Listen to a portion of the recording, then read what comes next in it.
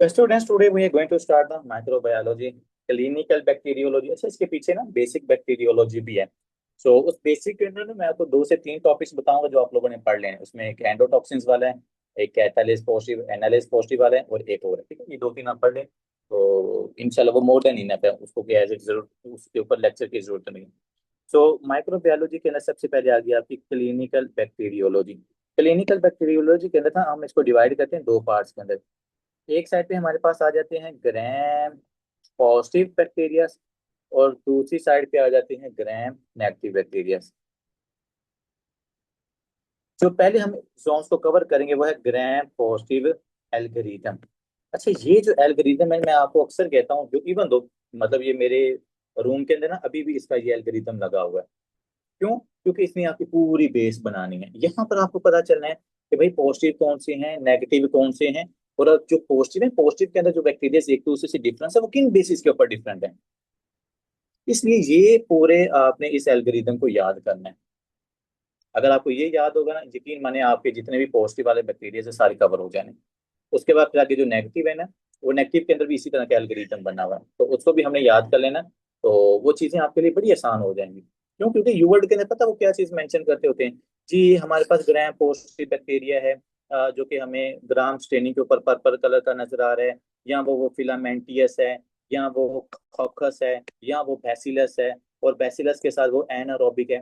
तो बंदा ना वो अपने माइंड के अंदर ना डायग्नोज को नैरो करता जाता है। मतलब कि सबसे पहले वो लिखेंगे जी पर्पल है, आपको पता चल गया पर्पल या ब्लू कलर होता है, वो ग्राम स्टेनिंग के ऊपर जो आता है वो हमारे पास पॉजिटिव बैक्टीरिया है, तो ये तो आ गया पॉजिटिव। उसके बाद वो कहते हैं जी वो है बैसिलस, वो रोड शेप है। तो हमने क्या किया, यहाँ से हम इस तरफ चले जाएंगे।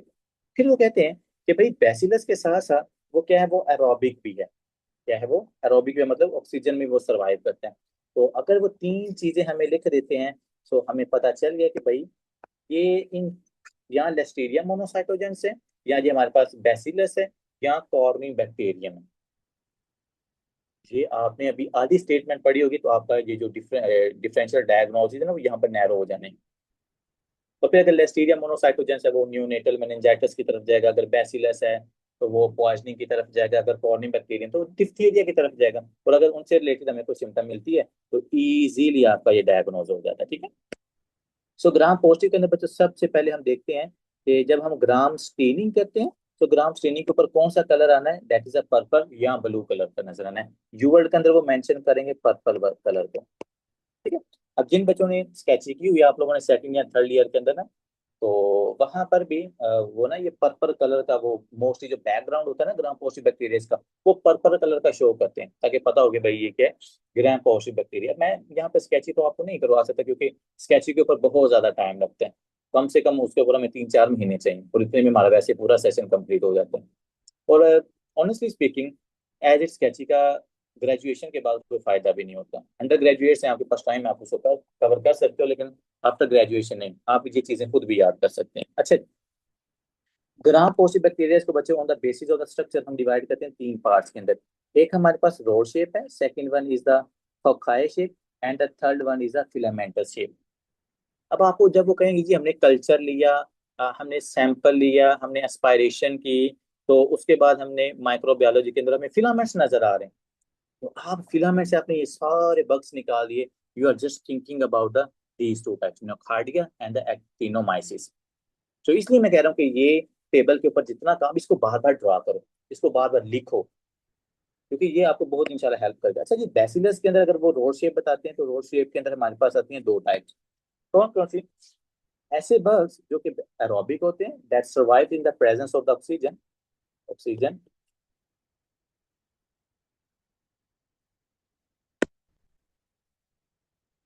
जो कि हमारे पास ऑक्सीजन प्रेजेंस में सर्वाइव करते हैं। ऑक्सीजन प्रेजेंस पर क्यों बहुत सारे क्लास का टाइम भी है। अच्छा जी,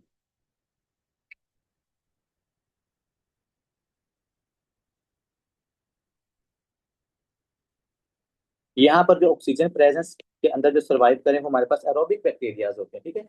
और अगर वो आपको ऑक्सीजन वाला मतलब कि वहां पर क्वेश्चंस के अंदर थोड़ा सा हिंट देते हैं तो भाई ऑक्सीजन की प्रेजेंस के अंदर उसकी ग्रोथ हो रही है, और वो रोड शेप है, तो इसका क्या मतलब है कि वो यहाँ तो हमारे पास लिस्टीरिया मोनोसाइटोजेंस हो सकता है, या दूसरे नंबर पर बेसिलस हो सकता है, या तीसरे नंबर पर कॉर्नी बैक्टीरियम हो सकता है। ठीक है, इसको एलबीसी भी कहते होते हैं, जिसका निमोनिक है एलबीसी। तो LBC are the aerobic rod shape gram positive bacteria. ये आपने एट द एंड नाम देना है, क्या है कि हमारे पास जो एलबीसी हैं वो एरोबिक हैं, बेसिलस हैं, वो ग्राम पॉजिटिव हैं। ये मैंने आपको सारे बैक्टीरिया के नाम यहाँ पे लिखवाने हैं। जैसे मैं आपको कहूँगा जी डॉक्टर इकर आप, आपके पास बेसिलस की मुझे जरा वो आइडेंटिटी बताएं, तो आप कहेंगे सर जो हमारे पास बैसिलस है वो एरोबिक है, वो हमारे पास रोड शेप है, और वो ग्राम पॉजिटिव बैक्टीरिया। इसी तरह अगर मैं रैंडमली कहता हूँ जी आप मुझे नोकार्डिया का बताएं, तो आप कहेंगे सर एरोबिक फिलामेंटियस ग्राम पॉजिटिव बैक्टीरिया। तो आपने इनकी आइडेंटिटीज को याद रखना है। उसके बाद आते हैं बच्चों एनारोब। सो एनारोबिक जो बैक्टीरिया होता है ना, उसका सबसे इंपॉर्टेंट जो आइडेंटिफाइंग फिगर होता है ना, फीचर होता है बच्चों, वो ये इनकी स्मेल होती है। एनारोबिक बैक्टीरिया की फाउल स्मेल होती है। वो कहते हैं ना कि वो हमारे पास एक पेशेंट आ रहा है, वो फाउली स्मेल कर रहा है। एक होती है ना फ्रूटी स्मेल, जो कि डीके वाले पेशेंट को होती है।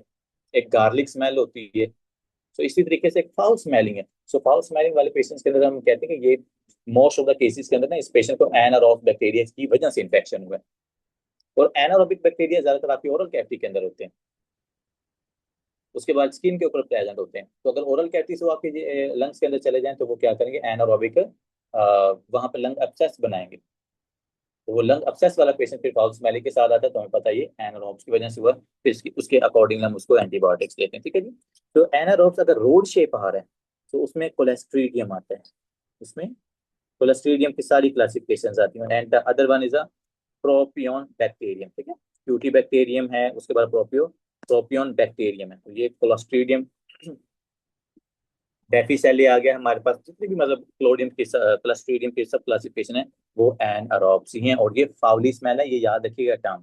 ठीक है, इसके बाद हम आते हैं जरा दूसरी साइड की तरफ कि ग्राम पोस्ट ब्रांचियस फिलामेंट्स। कि हमने क्या किया, कल्चर किया, और उसके बाद हमने माइक्रोस्कोप के नीचे उनको देखा, तो हमें फिलामेंट्स नजर आ रही हैं। अब जब वो फिलामेंट्स का जिक्र करेगा ना, तो आपने दो ही चीजें सोचनी कि भाई, या तो नेक्स्ट आपने चीज देखनी कि भाई एरोबिक है या एनारोबिक है।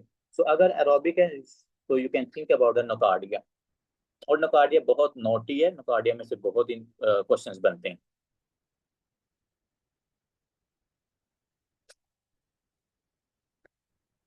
सो नोकार्डिया हमारे पास एक साइड की तरफ आ गया। दूसरी तरफ आना है हमने एक्टिनोमाइसिस के ऊपर। ठीक है जी। सो एक्टिनोमाइसिस ये हमारे पास है ग्राम नेगेटिव बैक्टीरिया है, और ये फेशियल लीजन्स करवाता है आपके पास एक्टिनोमाइसिस। जो जो नोकार्डिया है, ये इंसेफलाइटिस करवाता है, उसके बाद ये आर्थराइटिस करवाता है, उसके बाद ये निमोनिया भी करवाता है नोकार्डिया वाला। ठीक है, तो अभी सिर्फ हमने इनके, मैं आपको पहले बता रहा था स्ट्रक्चर के ऊपर काम करना। आपको बच्चों इनका स्ट्रक्चर्स पता होना चाहिए। ठीक है, जैसे अगर मैं आपको नोकार्डिया का पूछना, आपने बताना sir aerobic filamentous gram positive. उसके बाद एक्टिनोमाइसिस है सर एनारोबिक फिलामेंटियस ग्राम पॉजिटिव बैक्टीरिया। ठीक है, अब आते हैं जो कि हमारा मेन कल्प्रिट है, that is a cocci. Cocci क्या है बच्चों, जो कि कॉकस शेप है, जो कि हमारे पास स्फेरिकल शेप है। कोकस जैसे आएगा ना बच्चों, नेक्स्ट आपने जो चीज देखनी है वो है कैटालेस। हमेशा याद रखना। अब देखना यहाँ से बड़ा इंटरेस्टेड बनता है हमारे पास ये बैक्टीरिया की आइडेंटिटी। लेट्स सपोज अगर हमारे पास स्टेफिलोकोकस एपिडर्मिडस है, तो हम कहेंगे Staphylococcus epidermidis is a novobiocin sensitive coagulase negative catalase positive cocci gram bacteria. ये उसकी पूरी आइडेंटिटी है। तो अगर आप याद करोगे, तो जितने भी उसमें से क्वेश्चन आए, आप इजीली उनको पिक कर लेंगे। अच्छा जी, कोकाई है, तो आपका नेक्स्ट क्वेश्चन होना चाहिए कि सर जो कोकाई है वो कैटालेज पॉजिटिव है या नेगेटिव है। अगर कैटालेज पॉजिटिव है, तो आपने चले जाना है स्टेफिलोकोकस की तरफ, और अगर वो कैटालेज नेगेटिव है, तो आपने आ जाना है स्ट्रेप्टोकोकस की तरफ। क्योंकि इन बग्स के ना बड़े क्लोज डीडीज होते हैं। कैटालेज पॉजिटिव के अंदर कौन सा है, आपका स्टेफिलोकोकस ऑरियस है। तो ये बड़ी दफा मेंशन करेंगे, आपको बहुत दफा मेंशन करेंगे जी। पेशेंट हमारे पास रेजिस्टेंट बैक्टीरिया के साथ आ रहा है, रिफ्रैक्टरी बैक्टीरिया के साथ, रिफ्रैक्टरी इन्फेक्शन के साथ आ रहा है, रिकरेंट इन्फेक्शन के साथ आ रहा है, वो ये ज्यादातर स्टेफिलोकोकस ऑरियस ही होते हैं, जो कि कैटालेज पॉजिटिव है। ये कैटालेज पॉजिटिव होने की वजह से ना आपकी बॉडी के बहुत सारे जो कंपनसेटरी मॉलिक्यूल्स है ना, ये उनको डिस्ट्रॉय कर देते हैं। चाहे उसमें आपके ऑक्सीडेंट्स हैं, हाइड्रोजन पर ऑक्साइड है, हाइड्रोजन ऑक्साइड है, तो ये कैटालेज उनकी डिस्ट्रक्शन करवा देते हैं, ठीक है। जब उनकी डिस्ट्रक्शन हो जाएगी तो भाई बैक्टीरिया को रोकने वाला कौन होता है। अच्छा जी, कैटालेज पॉजिटिव के अंदर क्या आ गया बच्चों, अगर पॉजिटिव है तो वो है स्टेफलोकोकस। तो स्टेफलोकोकस के साथ क्या लिखा हुआ है, क्लस्टर्स। तो वो ये टर्म भी यूज करते हैं कि हमें कोकाई नजर आए हैं और वो चेन शेप के अंदर है या वो क्लस्टर शेप के अंदर है। सो अगर आपको वो ग्रेप लाइक स्ट्रक्चर के अंदर नजर आ रहे हैं, so you can think about the Staphylococcus aureus, ठीक है। अब स्टेफलोकोकस तो है, लेकिन स्टेफलोकोकस की कौन सी सब टाइप है, क्योंकि स्टेफलोकोकस की तो तीन सब टाइप्स हैं।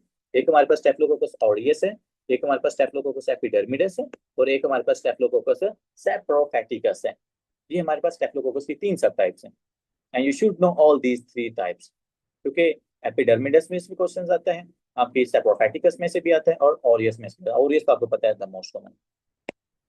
अब सर स्टेफलोकोकस तो है, लेकिन हमें कैसे पता चलेगा कि ओरियस, एपिडर्मिडस और जो सेप्रोफैक्टिकस है, इन तीनों के अंदर हमने फर्क कैसे करना है। तो उसके लिए बच्चों पे हम देखते हैं अपना सेकंड पॉजिटिव एंजाइम। पहले कैटारेज था, फिर दूसरे पर आता है कोआगुलेज। सो अगर कोआगुलेज पॉजिटिव है तो हमारे पास स्टेफलोकोकस ऑरियस है। तब स्टेफलोकोकस ऑरियस की क्या आइडेंटिटी बनती है, Staphylococcus aureus is the catalase, sorry Staphylococcus aureus is the coagulase positive, catalase positive, cocci cluster shape bacteria, gram positive bacteria. तो ये दो टर्म ना वो आप कीवर्ड में यूज करते हैं, कैटालेज पॉजिटिव और कोआगुलेज पॉजिटिव। तो अगर दोनों पॉजिटिव है, you just think about the Staphylococcus aureus. इन चीजों के ऊपर काम करना जरूरी है, क्योंकि बच्चों सेम इन डिजीजेस के मल्टीपल काजेस होते हैं, जिसकी एक सिंपल सी एग्जांपल है। मैं भी आपको बताया नमूनिया की, अगर वो आपको तो अगर वो नमूनिया की सिम्टम देगा तो क्वेश्चन के अंदर यही बताएगा नहीं, स्पूटम पेशेंट हमारे पास कफ के साथ आ रहा है, उसके बाद वेट स्पूटम है, उसके बाद हाई ग्रेड फीवर है, पेशेंट को चेस्ट पेन हो रही है, तो वो तो नमूनिया है। लेकिन नमूनिया किस वजह से है, फिर उसमें से भी कोई ना कोई फिर आपको वो क्लू देगा। कम्युनिटी एक्वायर्ड है, हॉस्पिटल एक्वायर्ड है, या फिर आपको वो ये बता देगा जी वो कैटालेज पॉजिटिव है, कोआगुलेज नेगेटिव है, या कैटालेज पॉजिटिव है, कोआगुलेज पॉजिटिव है। सो you can think about the Staphylococcus aureus. अच्छा जी, अगर कोआगुलेज नेगेटिव है, तो कोआगुलेज नेगेटिव है तो हमारे पास जो सेप्रोफैक्टिकस है और जो एपिडर्मिडस है, ये दोनों ही नेगेटिव है, ये दोनों ही कोआगुलेज नेगेटिव है। तो सर फिर हम दोनों में कैसे फर्क करते हैं, इसके लिए फिर हम इस्तेमाल करते हैं नोवोबायोसिन एंटीबॉडी। तो नोवोबायोसिन देने से अगर पेशेंट ठीक हो रहे हैं तो स्टेफिलोकोकस एपिडर्मिडस है। नोवोबायोसिन देने से अगर बैक्टीरिया की ग्रोथ रुक रही है तो वो स्टेफिलोकोकस एपिडर्मिडस है। अगर ग्रोथ नहीं रुक रही तो वो सेक्सुअली ट्रांसमिटेड है, स्टेफिलोकोकस सेप्रोफैटिकस है। स्टेफिलोकोकस सेप्रोफैटिकस। अब मैं आपको कहता हूँ जी मुझे आप स्टेफिलोकोकस एपिडर्मिडस की आइडेंटिटी बताएं, तो आप कहेंगे sir Staphylococcus epidermidis is the novobiocin sensitive, coagulase negative, catalase positive, gram positive bacteria. At the same time, Staphylococcus saprophyticus is the novobiocin resistant, कि novobiocin देने से इफेक्ट नहीं होता, coagulase नेगेटिव, कैटालेज पॉजिटिव। ये चीजें याद रखनी है, मैं क्यों बार बार आप लोगों के लिए रिपीट कर रहा हूँ, ताकि ये आपने जब आप पूरे एल्गोरिथम का अपने माइंड के अंदर स्केच क्रिएट कर लेंगे ना, फिर आपको पता होगा अच्छा जी वो राइट साइड पे स्टेफिलोकोकस ऑरियस है तो वो सारा कुछ पॉजिटिव है, एपिडर्मिडस है तो वो कोगुलेज नेगेटिव है, सेप्रोफाइटिकस है तो वो हमारे पास नोवोबायोसिन रेजिस्टेंट है और कोगुलेज नेगेटिव, ठीक है, ये चीज याद रखें। अब आते हैं दूसरी तरफ आपके चेन्स की तरफ। तो बच्चों चेन्स के अंदर हमारे पास आता है स्ट्रेप्टोकोकाई, ठीक है जी। तो स्ट्रेप्टोकोकाई के अंदर ना इसकी थ्री सब टाइप्स होती हैं। वो थ्री सब टाइप्स आती हैं on the basis of the haemolysis, ठीक है जी। हिमोलिसिस कह लो, हिमोलाइसिस कह लो। सो हिमोलिसिस में हम देखते हैं कि भाई कंप्लीट हिमोलिसिस हो रही है, पार्शियल हिमोलिसिस हो रही है, या बिल्कुल भी हिमोलिसिस नहीं करवा रही है बैक्टीरिया। यहाँ पर हम आगे देखेंगे, बनना हुआ है ना। अल्फा हिमोलिसिस बच्चे इनकम्प्लीट होता है, बीटा हिमोलिसिस कंप्लीट हिमोलिसिस होती है। तो जब कंप्लीट हिमोलिसिस होती है तो वहां पर आपको बिल्कुल क्लियर नजर आता है, याद देखो ना बिल्कुल क्लियर। अगर हमें यहाँ पर कल्चर के ऊपर नजर आ रहा है तो ये कंप्लीट हिमोलिसिस है, जिसको हम बीटा हिमोलिसिस भी कहते हैं। अच्छा जी, alpha haemolysis mean partial haemolysis, beta mean clear और beta mean clear sorry complete, then there is a delta और gamma. So in delta you can see here is a no hemolysis, बिल्कुल भी hemolysis नहीं होगी। Sir अगर partial होती है तो उसका ये कलर आप याद रखें, थोड़ा सा नीचे देखो, ये अगर वो आपको कहते हैं कि जी हमें वहां पर ना ग्रीनिश कलर नजर आ रहा था, हमने कल्चर किया तो ग्रीनिश कलर नजर आ रहा है, इसका मतलब है पार्शियल हिमोलिसिस है। अगर क्लियर है, कोई कलर नजर नहीं आ रहा, तो कंप्लीट हिमोलिसिस है। और अगर हमें वहां पर हिमोलिसिस हो ही नहीं रही, जैसे हमने उस कल्चर को रखा था वो बिल्कुल वैसे का वैसे, इसका मतलब है कि हिमोलिसिस नहीं है। आगे फिर हम उसको ना बाइल या 6.5 सोडियम क्लोराइड डाल के ना आगे डिफ्रेंशिएट करेंगे, ठीक है। Alpha, beta and delta. अच्छा सर, अब हमारे पास हो गई है पार्शियल हिमोलिसिस। अब पार्शियल हिमोलिसिस के अंदर कौन कौन से बग्स आते हैं वो हमने देखते हैं, ठीक है जी। पार्शियल हिमोलिसिस के बाद फिर हम देखते हैं, अब पार्शियल जो हिमोलिसिस है ना, उसमें स्ट्रेप्टोकोकस निमोनिया और हमारे पास विरिडेंस आते हैं। और ये बहुत इंपॉर्टेंट बग्स हैं। स्ट्रेप्टोकोकस निमोनिया में से क्वेश्चन ना आए ये हो ही नहीं सकता, या आपको विरिडेंस को रिलेट ना करें ये हो ही नहीं सकता। ये विरिडेंस बहुत ज्यादा पूछा जाता है स्ट्रेप्टोकोकस में।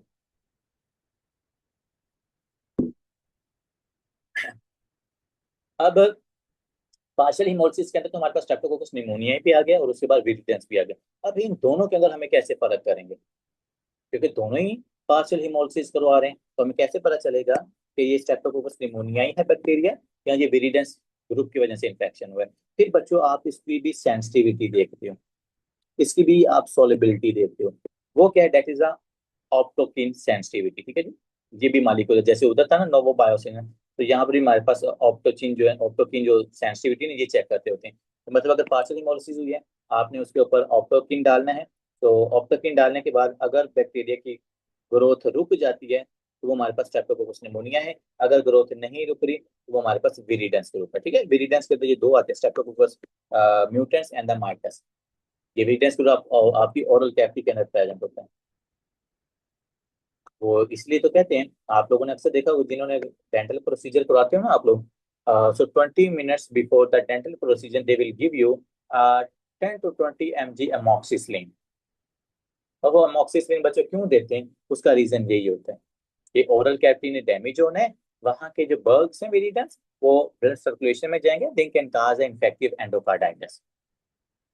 सो इन्फेक्टिव एंडोकार्डाइटिस को प्रिवेंट करने के लिए अमोक्सिसिलिन दी जाती है, ठीक है जी। So viridans group that is optochin resistant, partial haemolysis, catalase negative, gram positive है। फिर आते हैं जी स्ट्रेप्टोकोकस निमोनिया के ऊपर। बच्चों स्ट्रेप्टोकोकस निमोनिया बहुत इंपॉर्टेंट है। इसके अंदर आपको मॉप्स वाला आपने वो याद रखना है, निमोनिक। मॉप्स वाला निमोनिक आपने यहाँ पर याद रखना, ठीक है जी। मॉप्स का मतलब होता है most common cause of meningitis, most common cause of otitis media, most common cause of pneumonia, most common cause of septicaemia in childrens. यार इनको करो ना मैसेज, कॉल ना करें, वो पता है क्लास का टाइम।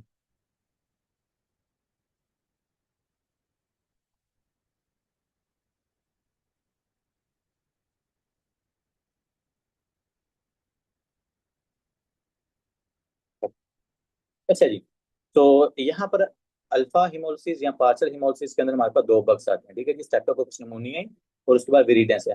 और निमोनिया इसको नहीं बोलना, मैं आपको बार बार कह रहा हूँ, इसको इसने बहुत दफा तंग करना है आपको। ये बच्चों के अंदर इन्फेक्शन बार बार आपसे पूछेंगे। Most common cause of otitis media in childrens, वो आपके पास स्ट्रेप्टोकोकस निमोनिया है। मेनिंजाइटिस वो भी स्ट्रेप्टोकोकस निमोनिया है, उसके अंदर निमोनिया का वो भी यही रीजन है। उसके अंदर अगर सेप्सिस हो रही है तो वो भी आपके पास स्ट्रेप्टोकोकस निमोनिया करवाता है। बच्चों के अंदर बात कर रहा हूँ, अडल्ट के अंदर चेंज होता है, ठीक है। अडल्ट के अंदर ये स्ट्रेप्टोकोकस निमोनिया, ये इन्फेक्शन का कम्युनिटी एक्वायर्ड निमोनिया का तो ये मोस्ट कॉमन काज है। लेकिन जो दूसरे हॉस्पिटलाइज हैं, उसमें क्लेब्सियला आता है, उसमें सूडोमोनास एरोजिनोसा आता है, तो वो जो बैक्स हैं वो चेंज होते हैं। तो ये हमारे पास ऑप्टोकिन सेंसिटिव है, पार्शियल हिमोलिसिस को फॉलो कर रहे हैं, और स्ट्रेप्टोकोका है, मतलब ये पेस और चेंज बनाता है। अब आते हैं कंप्लीट हिमोलिसिस।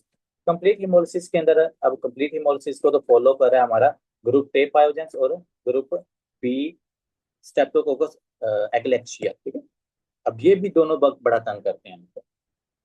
ग्रुप ए वाला, ग्रुप ए और उसके बाद स्ट्रेप्टोकोकस पायोजेंस, और ग्रुप बी में आता है हमारे पास स्ट्रेप्टोकोकस एगलेक्शिया। तो न्यूनेटल मेनिंजाइटिस का ये भी बड़ा कॉमन काज है, स्ट्रेप्टोकोकस एगलेक्सिया। और जो स्ट्रेप्टोकोकस पायोजेंस है ये तो बहुत सारी डिजीज करवाता है बच्चों में।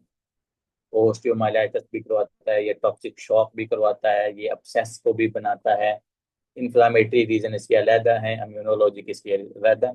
तो बहुत ये स्ट्रेप्टोकोकस निमोनिया पायोजेंस को आगे जाके पढ़ेंगे ना, तो ये बहुत सारी डिजीजेस काज करवाते हैं, इसलिए हमें इसकी आइडेंटिटी को अच्छे से याद रखना है।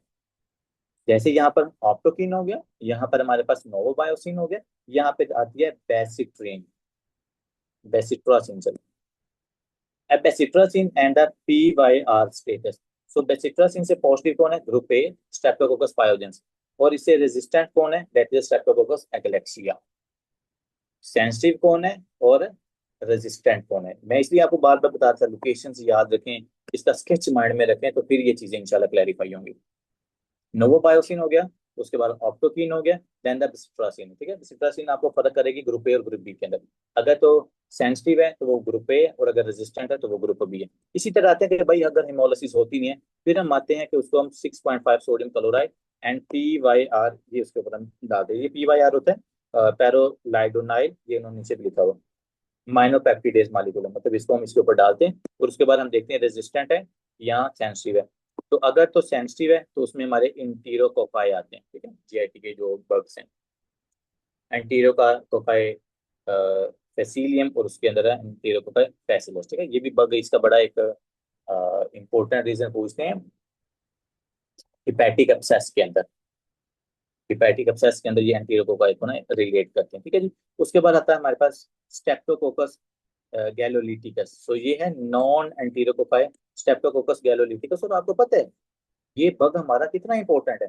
हमने कहा था कि सर अगर पेशेंट को कोलोन कैंसर है ना, और कोलोन कैंसर के बाद उस पेशेंट को एंडोकार्डाइटिस हो रहा है, उसका रीजन स्ट्रेप्टोकोकस गैलोलिटिकस था।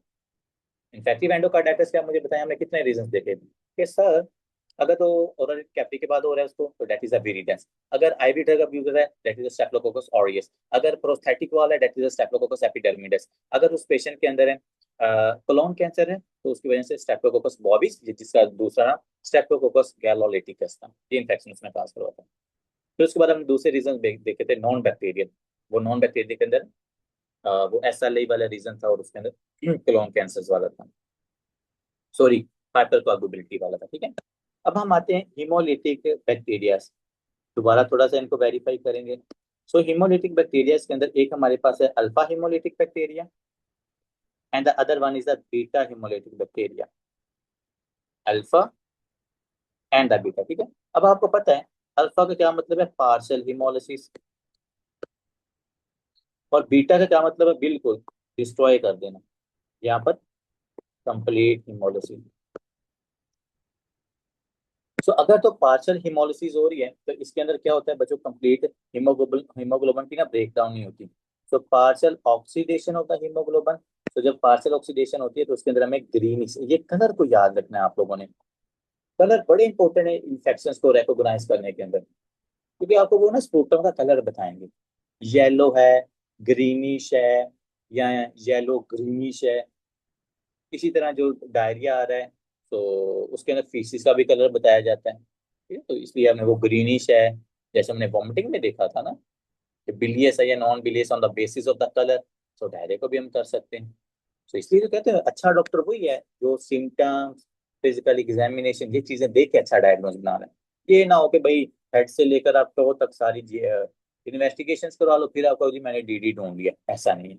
वो नॉन इन्वेसिव और इन्वेसिव इन्वेस्टिगेशन करवा करवा के आप मतलब वैसे पेशेंट का बेड़ा गर्क करते हैं। ठीक है, सो पास इसलिए छोटी छोटी चीजों को क्या, अब आपको ग्रीनिश आपको पता है कि भाई कौन कौन से बग है, स्टेप्टोमोनिया है, विरिडेंस है, और फिर उन्हीं से सेंसिटिव हमने एंटीबायोटिक्स देनी है। हमारा जनरल कॉन्सेप्ट क्या है, नमूनिया है, अजिथ्रोमाइसिन दे दो, सेफ्ट्रियाक्सोन दे दो। करते हैं कि नहीं ऐसे करते पक्ष यहाँ पे हॉस्पिटल्स के अंदर हम लोग, कि इंपीरिक ट्रीटमेंट के ऊपर ही रखते हैं, हालांकि ऐसा नहीं है। अगर आपको पता हो कि भाई पेशेंट के अंदर फाउल स्मेल है, तो मैंने एनारोब्स की तरफ जाना है, और फिर एनारोब से उसके लिए जो हम एंटीबायोटिक स्पेसिफिक उनको यूज करना है, वेंकोमाइसिन यूज करनी है, ट्राइमेथोप्रिन सल्फामेथोक्साजोल यूज करनी है, तो आप उनको करें। विरिडेंस की वजह से इंफेक्शन है तो उसका स्पेसिफिक करें, मॉक्सिसिलिन यूज करें। फिर तो हमारे पास जो इन्फेक्शन है वो ठीक होगा ना, और हम फिर रेजिस्टेंट नहीं होंगे। अब तो माशाल्लाह लेटेस्ट गाइडलाइन के मुताबिक जो एमिपीनम है, उससे भी लोग रेजिस्टेंट हो चुके हैं। सेफ्ट्राक्सोन तो जिथ्रोमाइसिन, तो वो तो भाई दूर, वेंकोमाइसिन, डॉक्सीसाइक्लिन, वो तो दूर की बात रहेगी ना, एमिपीनम तो वहां तक रेजिस्टेंट हो चुके हैं। सिर्फ रीजन ये ब्रॉड स्पेक्ट्रम दे दे के ना पेशेंट का बिल्कुल ख्याल नहीं होता। पेशेंट केयर सबसे ज्यादा जरूरी है।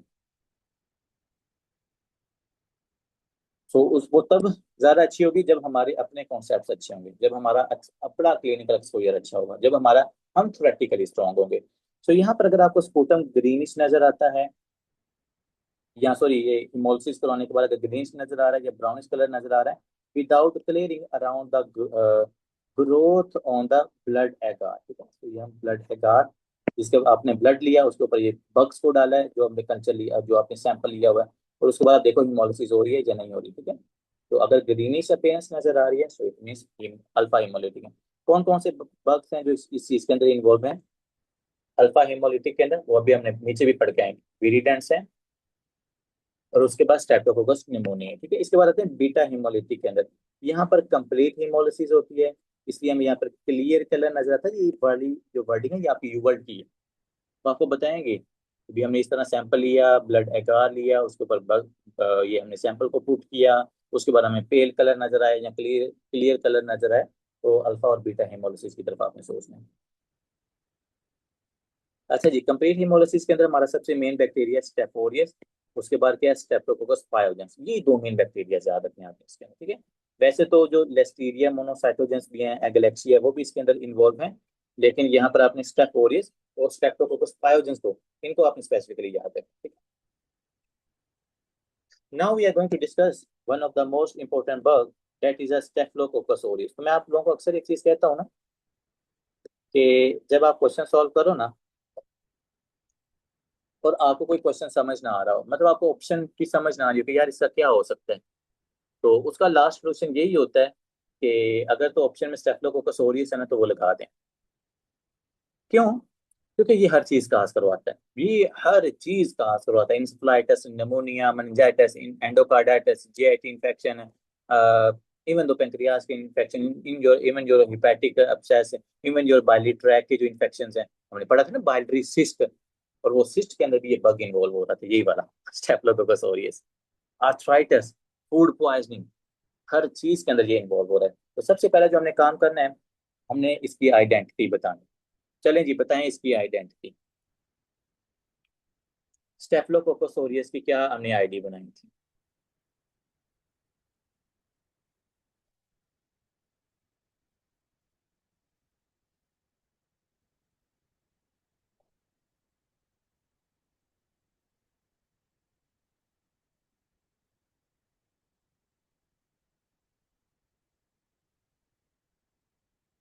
तो हमने कहा था कि सर ये हमारे पास coagulase positive, catalase positive, gram positive bacteria, ठीक है जी, जो कि क्लस्टर फॉर्म के अंदर होता है। अब यहाँ पे देखें, ग्राम पॉजिटिव है, बीटा हिमोलिटिक है, कैटालेस पॉजिटिव है, कोगुलेस पॉजिटिव है, और किसके अंदर है? क्लस्टर के अंदर। हो ही ना, कंसेप्ट क्लियर हो गया। कोई अब हमारे लिए मुश्किल है, क्योंकि हमारा पीछे वाला एल्गोरिथम माइंड के अंदर हमारा क्लियर है। इसके बाद जो दूसरी चीज देखनी बच्चे देखें, जैसे मैं आपको फॉर्मूला में बताता हूँ ना, कि नंबर वन आपने ड्रग की फैमिली क्लास देखनी है, उसके बाद आपने ड्रग का नाम देखना है, उसके बाद आपने उसका मैकेनिज्म देखना है, उसके बाद आपने उसका क्लिनिकल यूज देखना है, उसके बाद आपने उसके साइड इफेक्ट्स देखने हैं, और उसके बाद साइड इफेक्ट्स की आगे कॉम्प्लिकेशंस देखनी है। इसी तरीके से माइक्रो के अंदर हम लोग कहते होते हैं कि पहले नंबर पर बैक्टीरिया की आइडेंटिटी, उसके टॉक्सिन्स पता हो, तीसरे नंबर पर आपको उसके कॉजेज पता हो, चौथे नंबर पर आपको उसकी कॉम्प्लिकेशंस पता हो, पांचवें नंबर पर आपको उसका ट्रीटमेंट पता हो। तो हमें आइडेंटिटी पता होगी नंबर। दूसरा हम देखते हैं कि भाई इसके टॉक्सिन्स कौन से हैं। तो टॉक्सिन्स के अंदर सबसे पहले आता है protein A. So protein A हमारा मेन विरुलेंस फैक्टर है, मेन फैक्टर है जिसने इन्फेक्शन काज करवाना है। अब ये जो प्रोटीन ए है, ये क्या करती है, हमारे पास हमने इम्यूनोलॉजी के अंदर पढ़ा था कि सर जो एंटीबॉडीज होते हैं ना, उनके दो पोर्शंस होते हैं, एक एफसी पार्ट होता है, एक दूसरा पार्ट होता है, और जो ज्यादातर एंटीजेंस अटैच होते हैं वो एंटीबॉडीज के एफसी पार्ट से अटैच होते हैं, ठीक है। वो आपको स्ट्रक्चर भी याद आ गया होगा। तो जब प्रोटीन ए आईजी एंटीबॉडी के एफसी पोर्शन के साथ अटैच होती है, तो ये क्या करेगी? Inhibiting the complement activation. अब जब कॉम्प्लीमेंट एक्टिवेशन आपकी इनहिबिट हो जाएगी, और phagocytosis, kindly pay more attention to this term, that is a phagocytosis. ये इस चीज को आपने याद रखना है, क्योंकि आगे जाके मैंने जब आपको ऑक्सीडेटिव बर्स्ट वाला टॉपिक पढ़ाना है ना, तो दोबारा हम फैगोसाइटोसिस का जिक्र करेंगे, कि जो हमारे पास कैटालिस पॉजिटिव बैक्टीरिया होते हैं वो फैगोसाइटोसिस नहीं होने देते।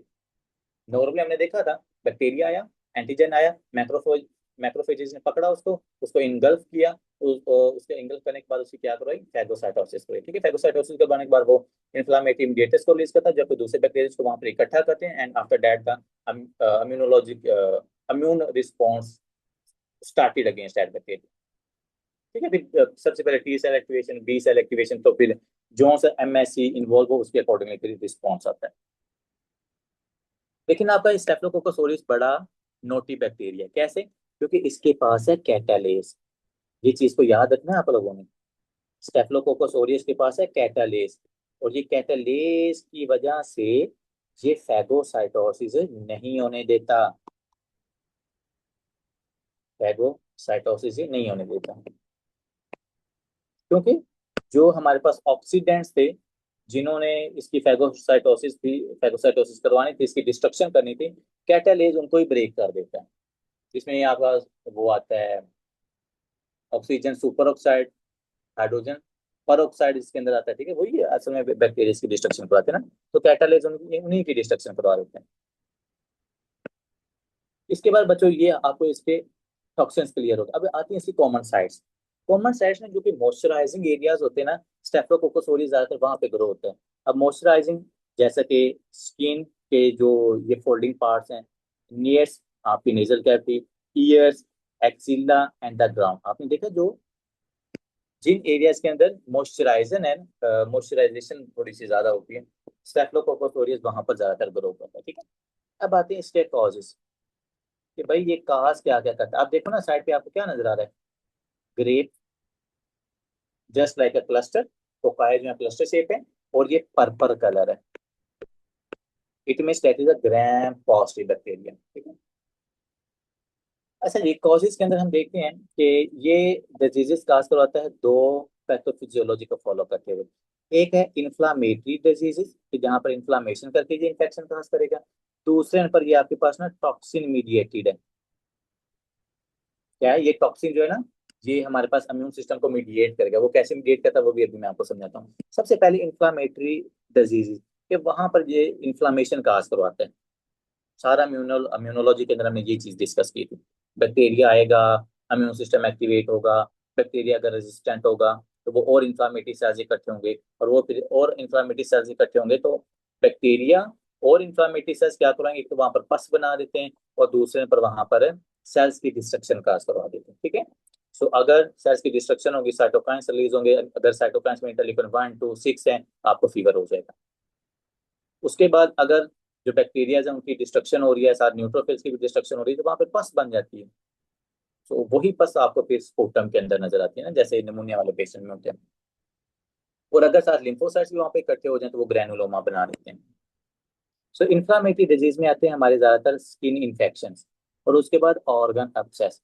ऑर्गन अपसेस में आपने क्या लिखना है यहाँ पर, हिपैटिक अपसेस, उसके बाद आपने लिखना है पल्मोनरी अपसेस। ज्यादातर ये कॉमन अपसेसिस बनाता है। इसके बाद बच्चों है निमोनिया। लेकिन निमोनिया किसके बाद, often after influenza virus infection. Honestly speaking, to UWorld question, step 1 के अंदर एक इसका यूवर्ड क्वेश्चन है, और एक इसका स्टेप 2 के अंदर यूवर्ड क्वेश्चन है। ये आपसे डायरेक्टली पूछेंगे कि भाई पेशेंट को वायरल इन्फेक्शन हुआ, मतलब ऐसा नहीं बता डायरेक्टली बता देंगे एक लाइन के अंदर कि इन्फ्लुएंजा हुआ अब क्या होगा, नहीं, वो आपको सिम्टम बताएंगे।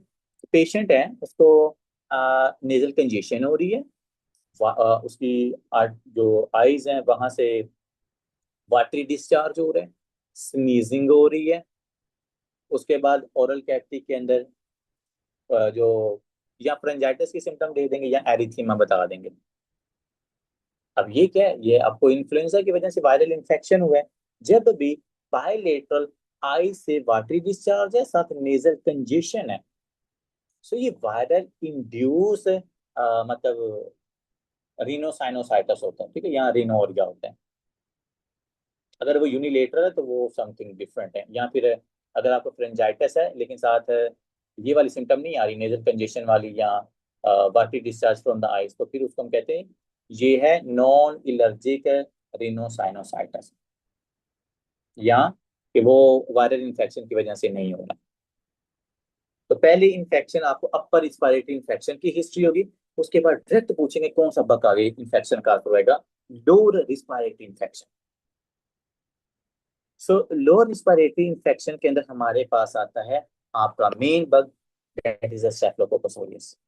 काइंडली अगर हिमेटोजिनस स्प्रेड हो रहा है और उसके बाद वायरल इन्फेक्शन, क्योंकि ये सुपर इम्पोज इन्फेक्शन करवाने में ये शेर है आपका स्टेफिलोकोकस ऑरियस, ये आपने इसको याद रखना, ठीक है। इसके बाद ये आ गया ना इन्फेक्टिव एंडोकार्डाइटिस। लेकिन इन्फेक्टिव एंडोकार्डाइटिस किन पेशेंट्स में, जहां तो आईवी ड्रग अब्यूजर्स होंगे, जहां वो इम्यूनो कम्प्रोमाइज होंगे। इम्यूनो कॉम्पिटेंट पेशेंट में ये इन्फेक्शन नहीं काज करवाता ज्यादातर, ठीक है। इसके बाद septic arthritis, oh my God. इसके बाद ओ ये अभी आपको मैं इसमें अभी बता रहा था ना ओस्टियोमाइलाइटिस का, ये ओस्टियोमाइलाइटिस का मेन काज ये है। और अगर बच्चों के अंदर सिकल सेल डिजीज है तो उसका भी यही मेन काज होता है, या ओस्टियोमाइलाइटिस होता है या स्ट्रेप्टोकोकस निमोनिया होता है, या एक वो होता है नहीं वो निमोकोकस बता दिया, ठीक है। सेप्टिक आर्थराइटिस, ये सेप्टिक आर्थराइटिस का आपको कैसे पता चलेगा, आपने उसकी एस्पायरेशन करनी है और वहां पर अगर आपको मोर देन 50 के मतलब सेल्स मिल रहे हैं ना 50,000 से ज्यादा, फिर वो सेप्टिक आर्थराइटिस होता है, जिसमें बच्चे को फीवर होता है, एरिथीमा होता है, टेंडरनेस होती है, पेन होती है उस एरियाज के अंदर, ठीक है। तो अब ये आपको बताएंगे एस्पायरेशन के बारे में, इतने ज्यादा सेल्स मिले वो सेप्टिक आर्थराइटिस होता है, ठीक है। ये तो थे बच्चों इन्फ्लामेटरी मीडिएटेड। अब आते हैं टॉक्सिन मीडिएटेड। जहां पर टॉक्सिन मीडिएटेड का क्या मतलब है, मैं आपको यहाँ एक चीज दिखाता हूँ, ये देखो। आपको पता है कि हमारे पास एंटीजन प्रेजेंटिंग सेल्स होते हैं। एंटीजन प्रेजेंटिंग सेल्स में हमारे पास मैक्रोफेजेस आते हैं, उसके बाद आपके डेंड्रियाटिक सेल्स आते हैं। एंटीजन प्रेजेंटिंग सेल्स का क्या मतलब काम होता है कि इन्होंने एंटीजन को पकड़ना है और इन्होंने टी सेल्स की मतलब मैक्रोफेजेस है ना, तो मैक्रोफेजेस ने एंटीजन पकड़ना है और उसके अकॉर्डिंगली उसने अपने सेल्स के ऊपर ना MSC1 और MSC2 को एक्सप्रेस करना है। ज्यादातर जो APC होते हैं ना एंटीजन प्रेजेंटिंग सेल्स, ये MSC2 को एक्सप्रेस करते हैं। MSC2 किसके पास जाएगा, CD4 पॉजिटिव सेल्स के पास जाता है, ठीक है। हमने कहा था 2 × 4 × 8, 1 × 8 × 8, ठीक है। तो अगर MSC1 है तो वो CD8 के पास जाएगा, अगर MSC2 है तो वो CD4 के पास जाएगा। मैक्रोफेजिस ने एंटीजन प्रेजेंट किया, MSC के ऊपर अपना ये बग को लगवाया लिया, अब उसके ऊपर लगे। चलो मैं आप अपनी डायग्राम से बताता हूँ, ये मैक्रोफेज है, ये MSC है, ये इसके ऊपर इसने एंटीजन लगाया, ठीक है। अब इसको पकड़ के लेके जाएगा टी सेल्स के पास, ये आपके टी सेल्स हैं, ये टी सेल्स के टी सेल्स रिसेप्टर हैं। दोस्तों जैसे ही ये एंटीजन प्रेजेंट किया जाता है ना आपके पास टी सेल्स को, तो टी सेल्स क्या होते हैं, एक्टिवेट हो जाते हैं। तो एक्टिवेट होने के बाद ये क्या करते हैं भाई, इंफ्लामेटरी मीडिएटर्स, ये साइटोकाइंस को रिलीज करते हैं कि भाई मजीद टी सेल्स एक्टिवेट हो जाएं। फिर उसके बाद आगे ये बी सेल्स को एक्टिवेट करेंगे, बी सेल्स के एक्टिवेशन के बाद प्लाज्मा सेल्स एक्टिवेट होंगे और इसके अगेंस्ट क्या बनती है, एंटीबॉडीज बनती है। ये तो होता है कि नॉर्मल इम्यून रिस्पॉन्स। लेकिन यहाँ पर जो आपका स्टेफिलोकोकस ऑरियस है ना, इसके पास क्या है, सुपर एंटीजन, इसके पास सुपर पावर है। हम कहते हैं इसके पास सुपर पावर है। आप यहाँ पर देख रहे हो इसकी सुपर पावर को, that is a super antigen, जिसको हम कहते हैं TSS टॉक्सिन। टॉक्सिन स्टेफिलोकोकस जो सिंड्रोम का असर हो रहा है, ठीक है। अब ये जो सुपर एंटीजन है ना, ये क्या कर रहा है, ये खुद जाके टी सेल्स को एक्टिवेट कर रहा है। मतलब ये कहता है भैया हमें तुझे नहीं चाहिए MSC2, ये कुछ कुछ नहीं चाहिए। तो ये टी सेल्स को क्या करता है, जाके एक्टिवेट कर देता है। जब टी सेल्स एक्टिवेट होते हैं तो हमने क्या कहा था कि टी सेल्स आफ्टर एक्टिवेशन ये रिलीज करेंगे abundant amount of the cytokines, and if there is abundant amount of secretion of the cytokines in the blood circulation, तो वो हमारे पास क्या करेंगे, आपको पता है साइटोकाइंस वैसोडाइलेशन का असर करवाते हैं। सो वैसोडाइलेशन होगी, BP ड्रॉप होगा, उसके बाद पेशेंट के अंदर फेशियल फ्लशिंग होगी, वॉमिटिंग होगी, नोजिया होगा, फीवर होगा। क्यों, क्योंकि भाई जो एक नॉर्मल इम्यून रिस्पॉन्स था, सुपर एंटीजन ने उसको कट ऑफ करके खुद टी सेल्स को एक्टिवेट करके ये हमारे पास पेशेंट में टॉक्सिक शॉक सिंड्रोम का आज करवा दिया। अब आपको इसकी समझ आएगी। अच्छा जी, टॉक्सिन मीडिएटेड समझ आ गया ना, सुपर एंटीजन ने कैसे किया टी सेल्स को एक्टिवेट, तो जब टी सेल्स को एक्टिवेट करेगा तो ये काज हो जाएगा टॉक्सिक शॉक सिंड्रोम, या ये काज करवाएगा स्कॉल्डेड स्किन सिंड्रोम, ठीक है जी। स्किन स्कॉल्डेड स्किन सिंड्रोम के अंदर ना ये स्किन की एक्सफोलिएशन करवा देते हैं और इतने साइटोकाइन से रिलीज कर देता है कि वो स्किन की डिस्ट्रक्शन काज करवा देते हैं। तो टॉक्सिक शॉक सिंड्रोम और स्कॉर्डेड स्किन सिंड्रोम, इसको हम कहते होते हैं ट्रिपल एस, स्कॉर्डेड स्किन सिंड्रोम, ठीक है।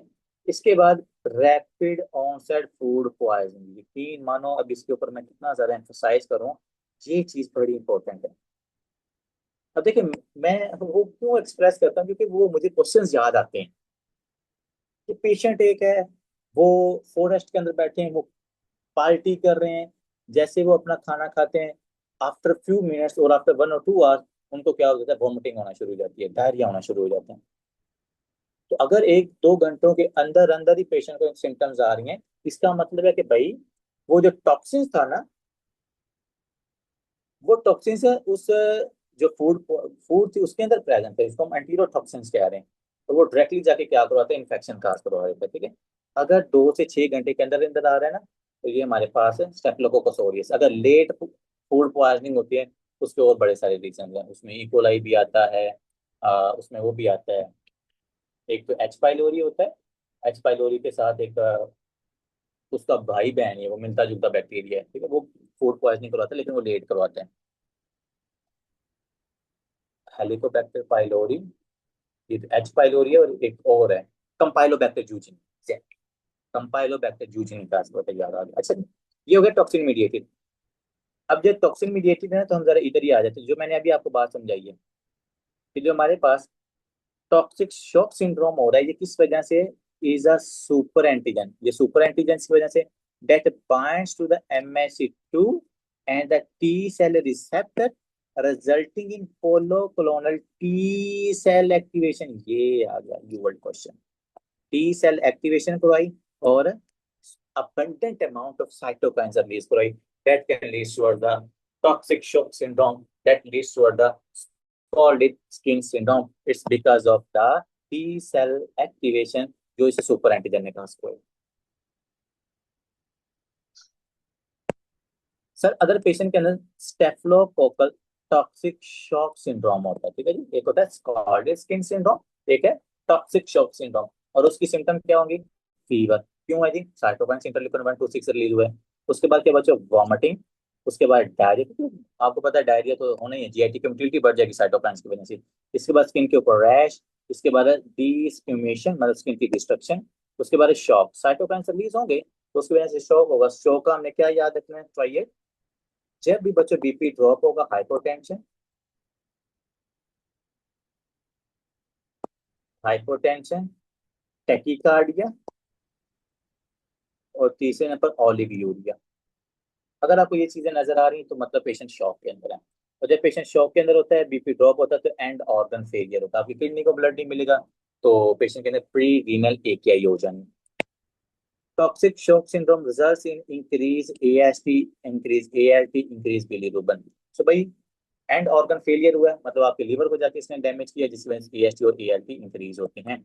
Associated with prolonged use of vaginal tampons, तो ये वेजाइनल टेम्पोनेट्स है, इसका मतलब है यंग फीमेल की आपको हिस्ट्री देंगे, और उसके अंदर फिर बताएंगे जी सडनली पेशेंट के अंदर है कुछ दिन पहले उसने वेजाइनल कैविटी के अंदर टेम्पोनेट, टेम्पोनेट का तो यूज नहीं करेंगे डायरेक्टली एज इट, सो वो उसने इम्प्लांट किया, और अब patient suddenly high high grade fever, shock की सिम्टम्स आ रही होंगी, स्किन के ऊपर रैशेस हो जाएंगे, डायरिया हो जाएंगे, तो इसका मतलब इस पेशेंट को स्टेफिलोकोकस टॉक्सिक शॉक सिंड्रोम है। अब ये ना टॉक्सिक शॉक सिंड्रोम ना दो बग्स की वजह से होता है, एक तो स्टेफिलोकोकस है और दूसरा है स्टेप्टोकोकस पायोजेंस। ये दो हैं जो मेन टॉक्सिक शॉक सिंड्रोम करवाते हैं, ठीक है जी। लेकिन वो जो है ना हमारे पास toxic shock like syndrome associated with painful, मतलब अगर आपने देखना है कि toxic shock syndrome Streptococcus pyogenes की वजह से हो रहा है या स्ट्रेप्टोकोकस ऑरियस की वजह से हो रहा है, तो जो पायोजेंस की वजह से होता है उसमें पेन होती है, पेनफुल स्किन इन्फेक्शन होते हैं, आगे जाके भी हम पढ़ेंगे। अच्छा जी, अब आते हैं फूड पॉइजनिंग की जो हम बात कर रहे थे। Staphylococcus aureus food poisoning due to injection of pre formed toxin, भाई पहले से बना हुआ है, ये प्री फॉर्म्ड का वर्ड भी यूज आपका यू वर्ड यूज करेगा, ठीक है। शॉर्ट इंक्यूबेशन पीरियड, ये आगे बात, 2 to 6 आवर्स, 2 to 6 आवर, ठीक है जी, followed by non bloody diarrhoea and the MC, ठीक है, बच्चे ने खाना खाया, नॉन ब्लडी डायरिया हो गया, और उसके बाद एमसी, क्योंकि अगर ब्लडी डायरिया होगा ना तो वो शकीला, जो शकीला है ना हमारी बड़ी खतरनाक है, जो enterohaemorrhagic toxins of the E coli and the Shigella, जो हमारे पास वैसे साल्मोनेला जो शकीला है ना, शकीलिया ब्लडी डायरिया खास होते हैं। Enterotoxin is a heat stable not destroyed by the cooking. Hello जी, ये heat labile, sorry heat stable है, कुछ हीट लेबाइल होते हैं, कुछ हीट स्टेबल होते हैं, तो ये हीट स्टेबल एंटीरोटॉक्सिन स्टेफिलोकोकस का। Staphylococcus makes coagulase and the toxins forms the fibrin clot around itself और क्या करवाता है, abscess। ये बात abscess वाला रीजन भी बता दिया कि ये फाइब्रिन क्लॉट बनाता है जिसकी वजह से आगे abscess की तरफ जाता है। अच्छा जी, अब आते हैं मरसा की तरफ, methicillin resistant Staphylococcus aureus. Methicillin resistant, क्योंकि मेथिलिन हमारे पास एंटीबायोटिक है जो कि हम यूज करते होते हैं, लेकिन कुछ बैक्टीरिया है जो स्टेफिलोकोकस ऑरियस है ना, जिससे रेजिस्टेंट हो जाता है, तो फिर हमने उसका स्पेसिफिक नाम रख दिया। एक होता है मरसा, एक होता है अरसा। मरसा हमारे पास क्या है, methicillin resistant Staphylococcus aureus, important cause of serious health care associated and the community acquired infections. So ज्यादातर जो कम्युनिटी एक्वायर्ड इन्फेक्शंस हैं वो मरसा की वजह से हो रहे हैं। Resistant to the altered penicillin binding protein, ठीक है, यही चीज मैं कह रहा था कि ये जो है ना वो आपकी जो टेक्स्ट बुक है ना माइक्रोलॉजी, उसमें बहुत अच्छी लिखी हुई है, मतलब कि पेनिसिलिन की कितनी फॉर्म्स हैं, कैसे बाइंड, वो कैडिजन की मैं बात कर रहा हूँ, तो वो इंशाल्लाह वहां से ना हम थोड़ा सा एड अप करेंगे चीजों को। Resistant to the altered penicillin binding protein confirmed by mecA gene. अच्छा जी, तो जो पेनिसिलिन बाइंडिंग प्रोटीन्स है ना, ये उनसे रेजिस्टेंट हो चुका है, मतलब वो इसके ऊपर आके ना इफेक्ट नहीं करती। सम स्ट्रेन्स रिलीज, उसके बाद हमारे पास आता है पेंटोन वैलेंटिन ल्यूकोसिलिन, मतलब इसको पीवीएल कहते हैं, which kills the leukocytes and causes tissue necrosis. तो स्टेफिलोकोकस ऑरियस की वजह से ये जो टिश्यू स्किन नेक्रोसिस नजर आती है ना, वो ये पीवीएल की वजह से होती है। ये पीवीएल जो मॉलिक्यूल है ना, ये स्किन की नेक्रोसिस काज करवाता है, ठीक है जी। So that's all about about the Staphylococcus aureus. आगे वाला हमारा काम आसान है, स्टेफिलोकोकस एपिडर्मिडस। हाँ जी, क्या इसकी थी स्टेफिलोकोकस एपिडर्मिडस की, sir gram positive, catalase positive and the coagulase negative and urease positive, ये चीज का ख्याल कीजिएगा। स्टेफिलोकोकस एपिडर्मिडस ये यूरिएस पॉजिटिव है, ये दूसरे नंबर पर कोगुलेस नेगेटिव है। उसके बाद हमने देखा था नोवोबायोसिन सैंस्टीन, मैं इसलिए कह रहा था कि ऊपर से एल्गोरिथम याद कर लो तो ये चीजें आपको आगे जाके तंग नहीं करेंगी। हमें पता है नोवोबायोसिन ये सेंसिटिव है, उसके बाद कैटालेस, सॉरी कोगुलेस नेगेटिव है, कैटालेस पॉजिटिव है। डज नॉट फर्मेंट मैनिटोल, जैसे कि स्टेफिलोकोकस ऑरियस। स्टेफिलोकोकस ऑरियस बच्चों ये फर्मेंटेशन भी करता है लेकिन एपिडर्मिडस नहीं करता। एपिडर्मिडस का क्या मतलब, वही स्किन का पार्ट है, ठीक है, तो normal microbiota of the skin, तो ये स्किन के ऊपर प्रेजेंट होता है। अब अगर आपने इसको बॉडी में डालना है तो आपको इंजेक्शन लगाना पड़ेगा। इसीलिए जो ज्यादातर आईवी ड्रग अब्यूजर्स होते हैं ना, या उसके बाद जिनमें प्रोस्थेटिक बॉल होता है, उनमें स्टेफिलोकोकस एपिडर्मिडस की वजह से इन्फेक्शन होता है। So there is a contaminates blood cultures. तो भैया आपने स्किन को, नॉर्मल तो स्किन के अंदर प्रेजेंट है, जब आप स्किन को पेनिट्रेट करोगे, चाहे आप वो इंजेक्ट कर रहे हो, तो वो इंजेक्शन की वजह से जो बैक्टीरिया वो ब्लड सर्कुलेशन में चला जाएगा, ब्लड कल्चर आपका पॉजिटिव आएगा। इस चीज का ख्याल करना है आपने। इन्फेक्ट्स द प्रोस्थेटिक वॉल, बच्चों प्रोस्थेटिक वॉल होते हैं जो बाहर से लगाते हैं, जिनके अंदर एयोटिक स्टेनोसिस होती है ना, मिट्रल रिगर्गिटेशन होती है, उनके अंदर फिर हम प्रोस्थेटिक वॉल्स लगाते हैं एक्सटर्नली। तो ये जो प्रोस्थेटिक वॉल है, इनके ऊपर जो स्टेफिलोकोकस एपिडर्मिडस है ना, ये बहुत अच्छा ग्रो होता है। तो ये आपको इसकी हिस्ट्री बताएंगे, यूबर्ट का क्वेश्चन भी है ये, कि उसका मैकेनिकल वॉल लगा हुआ है, अब उसको इन्फेक्टिव एंडोकार्डाइटिस की सिम्टम्स आ गई हैं, तो ये इसका रीजन क्या हो सकता है। वो डायरेक्टली बग का नाम भी नहीं पूछते थे, वो ये भी पूछेंगे हाँ भाई वो जो बग है वो कैगुलेस पॉजिटिव है, कैटालेस पॉजिटिव है, यूरियस पॉजिटिव, तो क्या है। इतने से पोर्शन से ना यूवर्ड आप कम से कम 8 से 10 क्वेश्चन निकाल सकते हैं, इतने से पोर्शन से। तो हम खुद जब क्रिटिकल थिंकिंग करेंगे ना, तो हम इंशाल्लाह खुद भी क्वेश्चन निकालना शुरू कर देंगे। अब हार्ट वॉल्स है ना, माशाल्लाह हमारे बच्चे ऐसे हैं कि वो सिर्फ ना हार्ट वॉल को ही याद रखेंगे। अगर बच्चों आर्थ्रोप्लास्टी भी हुई है ना, मतलब कि ये जो नी जॉइंट है, इसकी रिप्लेसमेंट हुई है और हमने बाहर से इसके अंदर हिप मतलब कि इम्प्लांट किया हुआ है नी, या उसके बाद हिप की इम्प्लांटेशन हुई है, तो ये भी तो प्रोस्थेटिक वॉल्स ही है ना, ये भी तो प्रोस्थेटिक है, एक्सटर्नली आपने इनको इम्प्लांट किया, इनकी वजह से भी स्टेफिलोकोकस एपिडर्मिडस की वजह से इन्फेक्शन हो सकता है।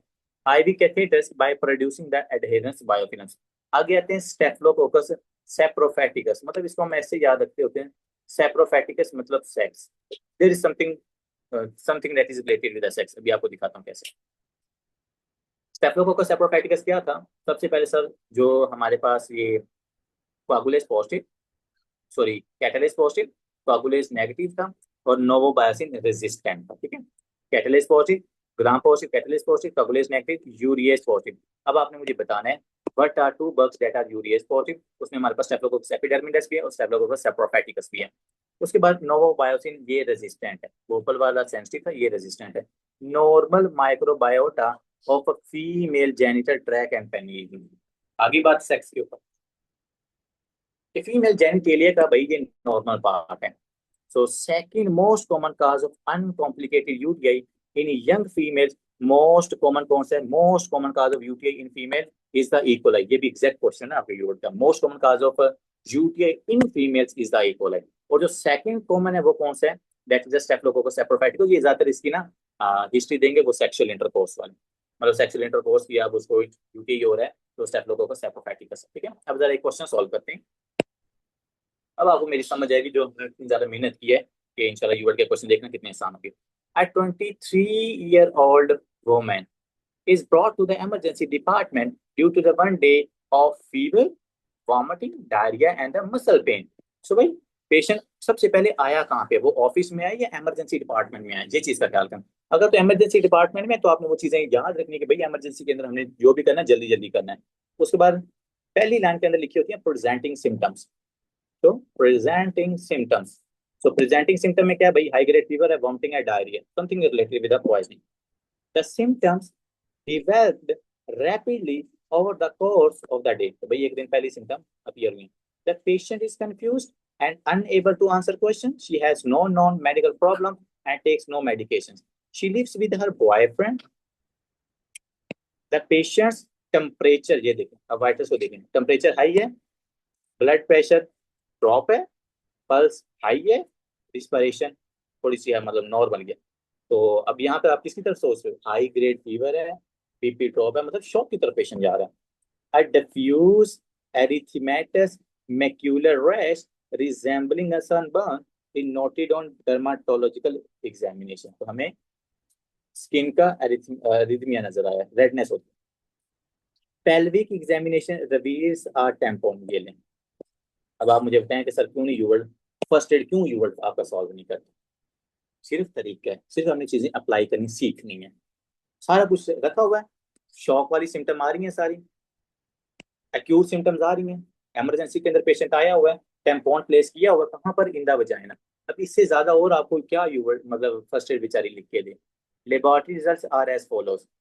ल्यूकोसाइट 8000, क्रेटिनिन 1, ये देखें क्रेटिनिन 1.4 है, इसका क्या मतलब है? एंड ऑर्गन डैमेज हुआ पर, जैसे ऊपर उसने कहा था ना ऑर्गन डैमेज के अंदर एलएफटी इंक्रीज होती है, एआरटी ऐसे, तो मैंने उसी टाइम आपको बता दिया था कि भाई किडनी भी हो सकती है, तो ये 1.4 हो गया। इसके बाद एस और एल टी स्लाइटली एलिवेटेड है। अब प्रेगनेंसी टेस्ट इज नेगेटिव। आपको पता है हमेशा फीमेल्स के अंदर, ये हम किसी दिन बात करेंगे बड़ी डिटेल के अंदर, फीमेल्स के अंदर हमेशा आपने ना ये प्रेगनेंसी टेस्ट को जरूर चेक करना होता है। तो pregnancy test is a negative activation. अब देखें पूछेंगे क्या आपको, बेटा यहाँ पर ऊपर आपका डायग्नोज बन चुके हैं कि ये हमारे पास पेशेंट क्या है? टॉक्सिक शॉक सिंड्रोम का पेशेंट है। लेकिन ये थोड़ी सी नेक्स्ट चीज आपसे पूछेंगे, क्या पूछेंगे? Activation of which of the following cell is most likely primary responsible for this patient condition. आपने डीडी भी डायग्नोज भी बना लिया भाई, फिर भी फंस जाओगे, फिर भी आप फंस जाओगे। क्यों? क्यों उन्होंने क्या पूछा हुआ है? Activation of the cells. तो अगर हमने ऊपर जो मैंने आपको बताया था ना अभी डिटेल के अंदर कैसे सेल्स की एक्टिवेशन होती है, यहाँ पर हमने देखा कौन से सेल्स हो रहे हैं, टी सेल्स, कौन से सेल एक्टिवेट हो रहे हैं? मैक्रोफेज। आए जरा, बेजोफिल्स एंड मैक्रोफेज नहीं सर, बेजोफिल्स हमारे पास ज्यादातर एनाफ्लैक्टिक रिएक्शंस के साथ इन्वॉल्व होते हैं। उसके बाद mast cells sir anaphylactic reaction है। न्यूट्रोफिल्स एंड बी लिम्फोसाइट्स, ये हमारे पास कोई जैसे मल्टीपल माइलोमा में बी सेल्स एक्टिवेट होते हैं, या एक्यूट इन्फेक्शन में न्यूट्रोफिल्स इन्वॉल्व होते हैं। Platelets and the mast cell, कोई तल्लक नहीं है प्लेटलेट्स और मास सेल्स का। किन चीजों का तल्लक है? आपके मैक्रोफेजेस का, और T lymphocyte cell are related with the toxic shock syndrome. So that's all about today's lecture. If you have any question, you can ask. So in today's lecture, तो we just covered the staphylococcus. सबसे पहले हमने algorithm पढ़ा पूरा, उसके बाद staphylococcus Orius, उसके बाद हमने पढ़ा स्टेफिलोकोकस एपिडर्मिडस जो कि प्रोस्थेटिक वॉल के साथ रिलेटेड है, उसके बाद स्टेफिलोकोकस एपोफाइटिकस जो कि अनकॉम्प्लिकेटेड यूकेज काज आफ्टर द इकोलाई, और उसके बाद हमने क्वेश्चन को सॉल्व किया। I hope so it make sense. See you in next lecture. अल्लाह हाफिज़।